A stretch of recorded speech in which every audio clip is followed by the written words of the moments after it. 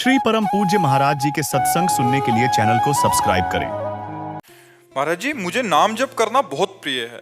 मुझे यार ये भगवत तो बहुत प्राप्ति बढ़िया बात है। नाम जप करना बहुत प्रिय है, ये तो बहुत दुर्लभ बात है, बहुत दुर्लभ बात है। भगवान के नाम जप में प्रीति हो गई तो बता संसार को पर विजय प्राप्त कर लोगे, भगवान को अधीन कर लोगे। सुमिर पवन सुत पावन नामू, अपने बस करी राखे रामू। भगवान का नाम जप करके हनुमान जी राम जी को अधीन किए। राम जी प्रेमाधीन है। और पैसा भी कमाना है महाराज जी। हाँ, तो नाम जप करते हुए खूब मेहनत करो, पैसा कमाओ और अधिक पैसा आएगा। तो पहले पाप नष्ट होने दो, जहाँ पाप नष्ट हुआ तो धन ही धन एकत्रित होने लगेगा। नाम रूपी धन है तो फिर क्या। त्रिभुवनपति जिसके ऊपर प्रसन्न है, जा पर कृपा राम की हुई, ता पर कृपा करे सब कोई। खूब नाम जप करो, खूब मेहनत करो, धन कमाओ और जो दुख सुख आवे उसे सह जाओ, आगे बहुत अच्छा फल प्राप्त हो। दोनों काम करेंगे तो कोई दिक्कत तो नहीं हो? नहीं, कोई दिक्कत नहीं, दोनों काम करना ही चाहिए। क्योंकि गृहस्थ हो, कोई विरक्त थोड़े हो, गृहस्थ हो। विरक्त केवल भगवान का भजन करता है तो देखो भगवान ही सब करते हैं, किसी से मांगा थोड़ी जाता है। राधे, न्यू दिल्ली से श्री हरिवंश महाराज जी, आपके चरणों में दंडवत प्रणाम। गुरुदेव भगवान, संत और सदग्रंथ कहते हैं कि कर्तव्य पालन आवश्यक है। क्या कर्तव्य पालन किए बिना भजन साधन सफल नहीं होगा? कई बार आर्थिक स्थिति या अन्य कई कष्टों के कारण घर के परिजनों के सेवा नहीं कर पाता, तो क्या मेरा भजन नाम जब व्यर्थ हो जाएगा? नहीं, भजन नाम जप ये भगवत प्राप्ति के लिए अलग क्षेत्र है और कर्तव्य पालन अलग क्षेत्र है। जो हम कर्तव्य पालन कर रहे हैं, जैसे माता पिता की सेवा है, धन कमाने का उद्योग करना है, धन कमा के लाना है, परिवार की सेवा है, ये तो मनुष्य का कर्तव्य कर्म है, अपने परिवार का पोषण करना। पर जो नाम जप करना है, भगवान का ध्यान करना है, भगवान का पूजन करना है, ये भगवत प्राप्ति के लिए महान कर्तव्य है, परम कर्तव्य है। कर्तव्य और परम कर्तव्य, धर्म और महान परम धर्म, इसमें अंतराय होता है। ये लौकिक कर्तव्य है, वो अलौकिक कर्तव्य है। भगवान का नाम जप, उसमें ये थोड़ी कि ये नहीं किया तो उसमें बाधा पड़ जाएगी। पर हमें चाहिए कि हम कर्तव्य का पालन करते हुए भजन करें, तभी आनंद आएगा। अब बूढ़े माता पिता कष्ट पा रहे हो, तुम माला लिए बैठे हो, तो ऐसा नहीं। उनके पैर दबाओ, उनके कपड़ा धो, मेहनत करके लाओ, कमाओ और उनको खवाओ पियाओ। क्योंकि जब तुम किसी योग्य नहीं थे तब उन्होंने तुम्हें पालन पोषण किया।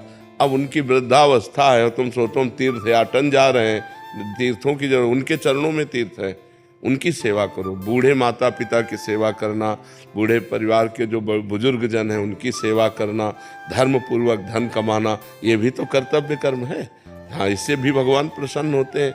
यदि नाम जप करते हुए अपने माता पिता की सेवा की जाए और धर्म पूर्वक धन कमाकर परिवार की सेवा की जाए तो कहीं तीर्थ जाने की जरूरत नहीं, घर ही उसके लिए तीर्थ है और घर में ही उसे भगवत प्राप्ति हो जाएगी। पर नाम जप जरूर होना चाहिए, भगवान का स्मरण जरूर होना चाहिए। नकुल वर्मा जी, गाजियाबाद। राधे राधे महाराज जी।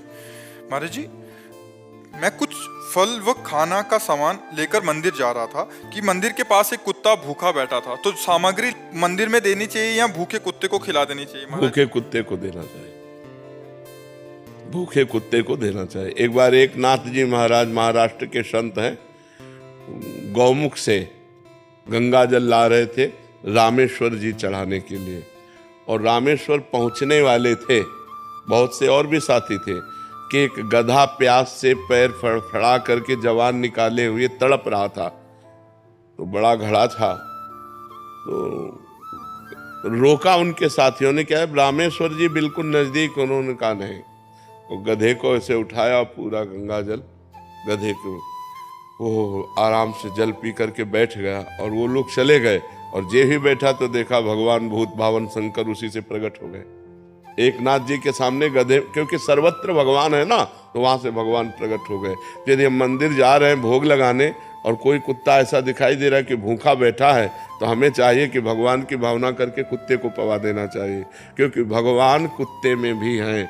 नामदेव जी ने जब कुत्ता रोटी लेके भगा तो घी का कटोरा लेके कहा कि नाथ सूखी ना खाओ, थोड़ा घी चुपरा लो, और तो उन्हीं कुत्ते में से भगवान विट्ठल प्रकट हो गए। ये तो प्रसिद्ध कथा है। तो भगवान सर्वत्र हैं। अगर हमें कोई जीव भूखा दिखाई देता है तो हम भगवान के भोग को उसको पवा देते, सीधे भगवान पाएंगे। वहां तो भगवान दृष्टि भोग पाते हैं, मंदिर में भगवान सीधे नहीं पाते। दृष्टि भोग पाते हैं, उनकी दृष्टि में केवल आता है।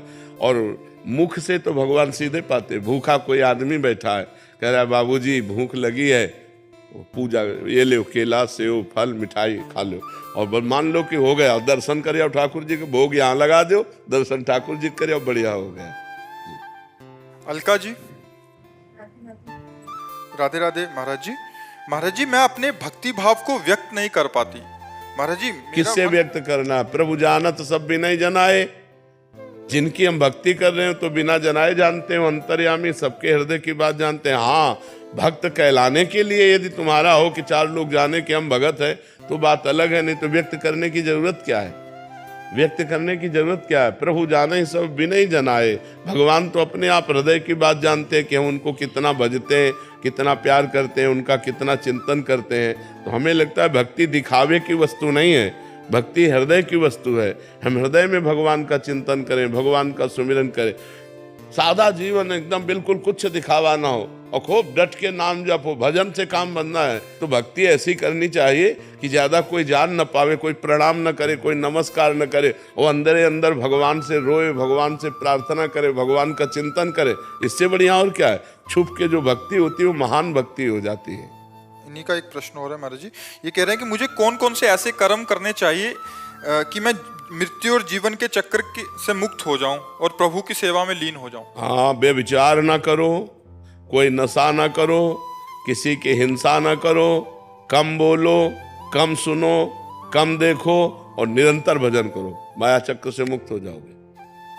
निरंतर भजन करो, माया चक्र से मुक्त हो जाओ। अव्यावृत भजना, जो अखंड भजन करता है वो जन्म मरण के चक्र से मुक्त हो जाता है। अब पापाचरण करे, 2-4 माला घुमा ले, मनमानी आचरण करे तो पुनरपि जननम पुनरपि मरणम, ये पुनरपि जननी जठरे शयनम, ये बार बार भोगना पड़ेगा। जब तक पापाचरण बंद नहीं होगा और भगवान का भजन अखंड नहीं होगा तब तक जन्म मरण के चक्र से मुक्त होना संभव है। जब निरंतर भजन हो, जिस श्वास में हमारा नाम चलते हुए अंत हुआ वही श्वास हमें भगवत प्राप्ति करा देगी। अगर हमने संसार का चिंतन करते हुए शरीर छोड़ा तो चाहे जितने भजनानंदी रहे हो हमको जन्म लेना पड़ेगा। भरत जी हिरण का चिंतन करते हुए शरीर छोड़ा, गंडकी नदी में रह रहे थे, भगवान ऋषभ देव जी के पुत्र थे तो उनका अगला जन्म हिरण का हुआ। तो इसीलिए अखंड भजन मतलब निरंतर भजन, निरंतर राधा राधा राधा रट रहे हैं और राधा कहते हुए शरीर छूटा तो हमें राधा की प्राप्ति हो जाएगी, हमें श्री जी की प्राप्ति हो जाएगी। शिखा मिश्रा जी कानपुर से। राधा वल्लभ श्री हरिवंश महाराज जी क्या प्रभु की भक्ति केवल प्रेम से ही प्राप्त हो सकती है या अन्य साधन? भक्ति से प्रेम और प्रेम से भगवत प्राप्ति। भक्ति से प्रेम, नवधा भक्ति से 10धा भक्ति प्रेम और प्रेम से भगवत प्राप्ति होती है। प्रेम से भगवान का साक्षात्कार होता है। जान ले सो जान निहारा, राम ही केवल प्रेम प्यारा।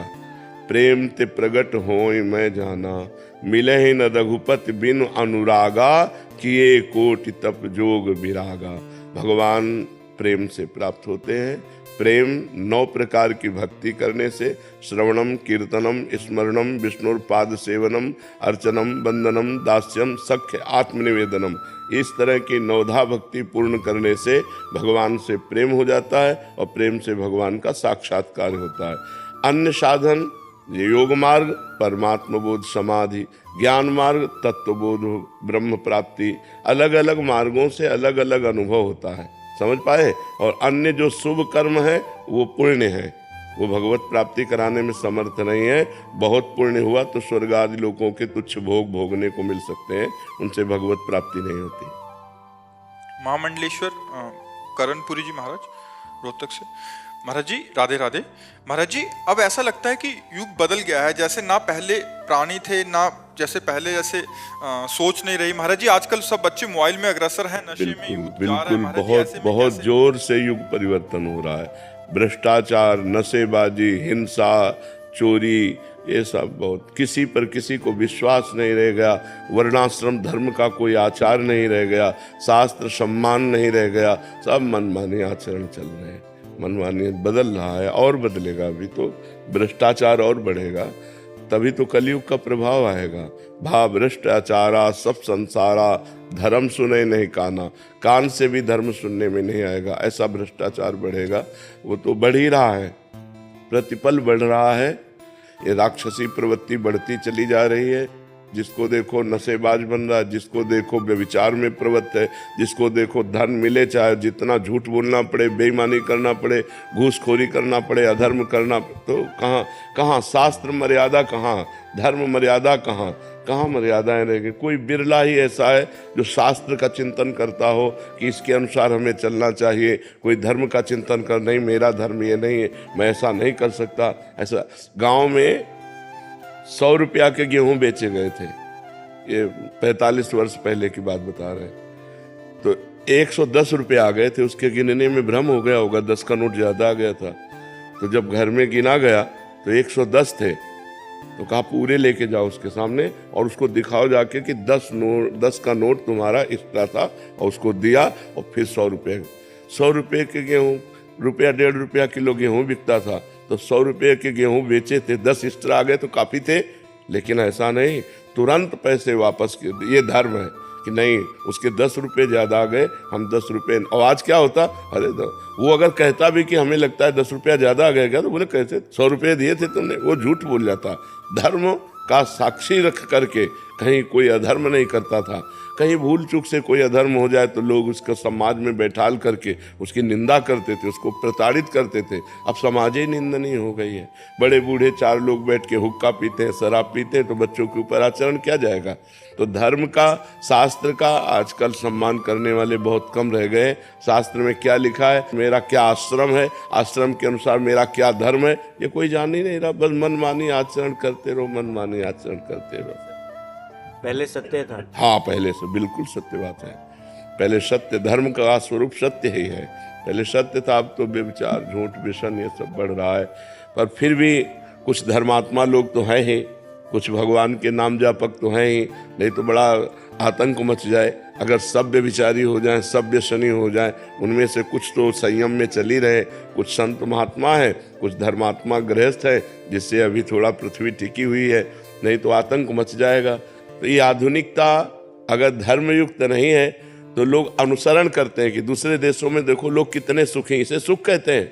आग लगी तो लगती ही चली गई, भूकंप आया तो गिरते ही, बाढ़ आई तो समेटती चली। तो जल, पृथ्वी, वायु, आकाश, अग्नि, ये 5 प्रधान देवता हैं जिनसे शरीर बना हुआ है। अगर धर्म से नहीं चलोगे तो जितना पुण्य उतना भोग लो, इसके बाद तुम्हें यही जला के राख कर देंगे, यही तुम्हें नष्ट कर देंगे। इसलिए बहुत डरना चाहिए कि हमसे पाप ना हो और धर्म पूर्वक आचरण करना चाहिए। विकास भारद्वाज जी, दिल्ली से। जय श्री राम। जय श्री राधे महाराज जी। महाराज जी, ऑफिस से आज्ञा लेकर वृंदावन 1-2 दिन आया हूँ आपसे मिलने के लिए। महाराज जी, आखिर बार जब आया था तो राधा और राम नाम में फंसा हुआ था। ये कह रहे थे कि फिर बाहर कोई साधकों ने इनको राम नाम में कि इनको रुचि ज्यादा थी तो वैसा हो गया। प्रभु, आपसे एक शिकायत है कि आप हमारे लिए इतना देरी से क्यों आए। अब 40 वर्ष बीत चुके हैं, लगता है जीवन यूं ही खराब हो गया। पहले मिल जाते तो, और नाम का जो सुख अभी मिल रहा है वो जब द्रवहि दीन दयालु राघो तो साधु संगति पाइए। जब राम जी कृपा करते हैं तो भगवान अपने प्रेमी संतों के पास भेज देते हैं। जब द्रवहि दीन दयालु राघो तो साधु, ये तो कृपा मनाओ कि पूरा जीवन बर्बाद नहीं होने पाया। नहीं, ऐसे ऐसे लोग हैं केवल बस खान पान, कमाया, भोगा, लड़का बच्चा, परिवार, इसी में पूरा जीवन व्यतीत कर देते हैं। राम कृष्ण प्रभु से कोई मतलब नहीं होता, अंत में वो दुर्गति को प्राप्त होते हैं। ये तो सजग हो गए, अभी आपके पास बहुत समय है, अभी सजग हो गए, इतने से काम चल जाएगा। खड़वांग जी को जब देवताओं ने बताया कि तुम्हारी आयु तो केवल 48 मिनट है, 48 2 घड़ी, तो उन्होंने 2 घड़ी में ही परम पद प्राप्त कर लिया। अपनी इंद्रियों को रोका और भगवान के चरणों में लगाया और प्राण छोड़ा, भगवान को प्राप्त कर गए। तो आपके पास तो बहुत समय है, अभी इतने में तन्मयता पूर्वक खूब नाम जप करके परलोक बना सकते हो, परम पद प्राप्त कर सकते हो। खूब नाम जप करो जी। राधे राधे दोस्तों, कैसे आप लोग। आशा करता हूँ आप लोग स्वस्थ होंगे और आप भी महाराज जी के प्रवचन सुन उनकी आध्यात्मिक मार्ग पर चलने की कोशिश करते होंगे। दोस्तों, यह मार्ग बहुत ही दुर्लभ है, आप इस मार्ग पर चलिए और साथ में जो भी आपके आसपास हैं, माता बहन या आपके दोस्त, उनको भी आप प्रेरित करिए और आध्यात्मिक मार्ग पर लेकर चलिए। ताकि जो उन्नति है उनकी उन्नति हो सके और ये जीवन मरण के लोक से हमें मोक्ष प्राप्ति हो सके। धन्यवाद दोस्तों। राधे राधे।